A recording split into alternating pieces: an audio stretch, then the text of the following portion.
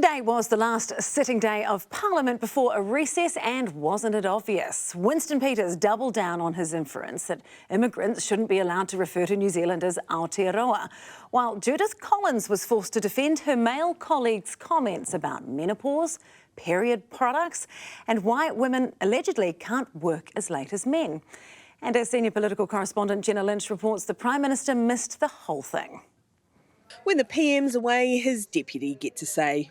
The name of this country was always New Zealand until Pemba Reeves decided in the 1880s that he would call it Aotearoa. Doubling down on his Name of New Zealand war while speaking on the Prime Minister's behalf. We are going to not make a name change for this country until, in the democratic traditions of this great nation, we first consult and get the agreement of the New Zealand people. Yesterday, Winston Peters argued Ricardo Menendez March should not refer to the country as Aotearoa, as he'd only migrated here in 2006. How long do you have to be in New Zealand before Winston Peters thinks of you as not an immigrant but a New Zealander?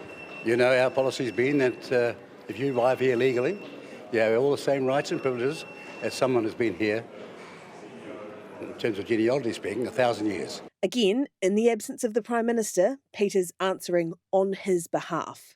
Do Winston Peters' comments suggest that New Zealanders who were born overseas should have fewer rights than those who were born here? And if so, will he condemn that? Look, it is very, very clear that Mr Peters made no such suggestion at all. But Peters' identity war was overtaken today as Labor drilled the coalition on certain colourful comments male MPs had made about women. Can she have confidence that the government is prioritising issues pertaining to women when Police Minister Mark Mitchell joked in an interview, "I don't know if a gang member wants to deal with a perimenopausal woman"? Judith Collins leading the eyebrow do the talking. The look would probably do as an answer, actually. For now. And I fully support him in standing up against the gangs. As for his little statement, I'll deal with that later. As I'm a woman and a mother, I'm not his mother, I don't answer for him, so, you know, that's the end of that. Asked to defend David Seymour, saying the gender pay gap exists because, quote, you have to be there late at night to make the sale, put in the extra hours and do all the extra things that women are often unavailable to do. I think we need to stick to the stuff that's really important for most women, like not living with violence, having a fair go at work, all those sorts of things. What about being told that the gender pay gap is because we can't work late because we've got other responsibilities?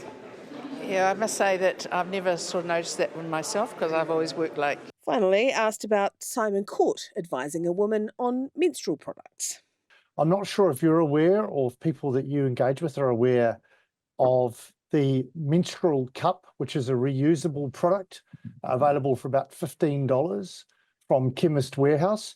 Do you think if people knew more about how to access products like that, that this concern, this anxiety you have might be somewhat mitigated? And tell women what to put in their vagina. And why has she, as the Minister for Women, stood by and done nothing? What a stupid question. And the last thing we need is for women in this House to be belittling other members of Parliament who are trying to do their job. Just stand up for women when they ask you to.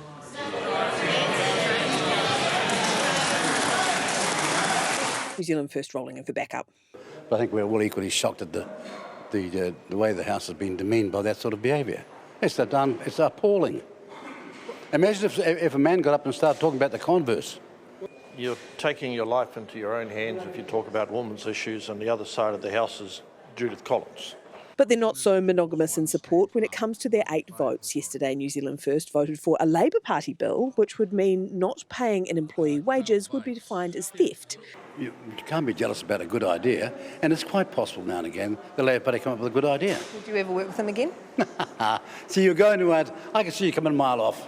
New Zealand First followed that vote up with supporting a Green Party bill. Listen closely for the National Party MP calling their coalition partners New Zealand First crazy. New Zealand First. 8 votes in favour. Crazy. Well, he might have had a bad night. Is the coalition all good? What was that? I didn't see that. It's news to me. Oh, Barbara Kuriger saw it. She actually called it out in the Speaker's chair that you can't call out crazy when a vote's taking place. Oh, right. Oh, no, you're not allowed to... Who was that? Oh, look, I actually honestly don't know. The Mental Health Minister says the relationship is so intact, it's bordering on romantic. Yeah, look, I think we've got a lot of love for each other. And, I mean, it was showing on Valentine's Day, wasn't it? Was it? Yeah. How so? Well, I mean, it was Valentine's Day and that's the day to show love. With New Zealand First? Well, just everyone. Love is in the air, apparently. Wow. Jenna, what does the Prime Minister make of all this? Yeah, I'd love to tell you, but for the second week running, the Prime Minister has decided not to front for the media on a Thursday and Friday. That is unusual. John Key and Jacinda Ardern made themselves available most weekdays, most of the time. Ardern less so near the end of her Prime Ministership as that popularity was waning. To go 2 weekdays without engaging with the media is A, lacking in scrutiny, but B, a real missed opportunity to communicate with the public as much as he might see value in communicating with his TikTok audience. Being absent from mainstream news for a couple of days may risk the Prime Minister looking like he's not working as much as he says he is. After all, Jacinda Ardern was called a part-time Prime Minister for going on a prime ministerial trip to Tokelau. The polls are clearly showing that Christopher Luxon is struggling to get his message across. The two coalition partners are all too happy to gobble up the airtime and headlines. And if he leaves a void for them to fill, he may also leave votes on the table for them to grab as well.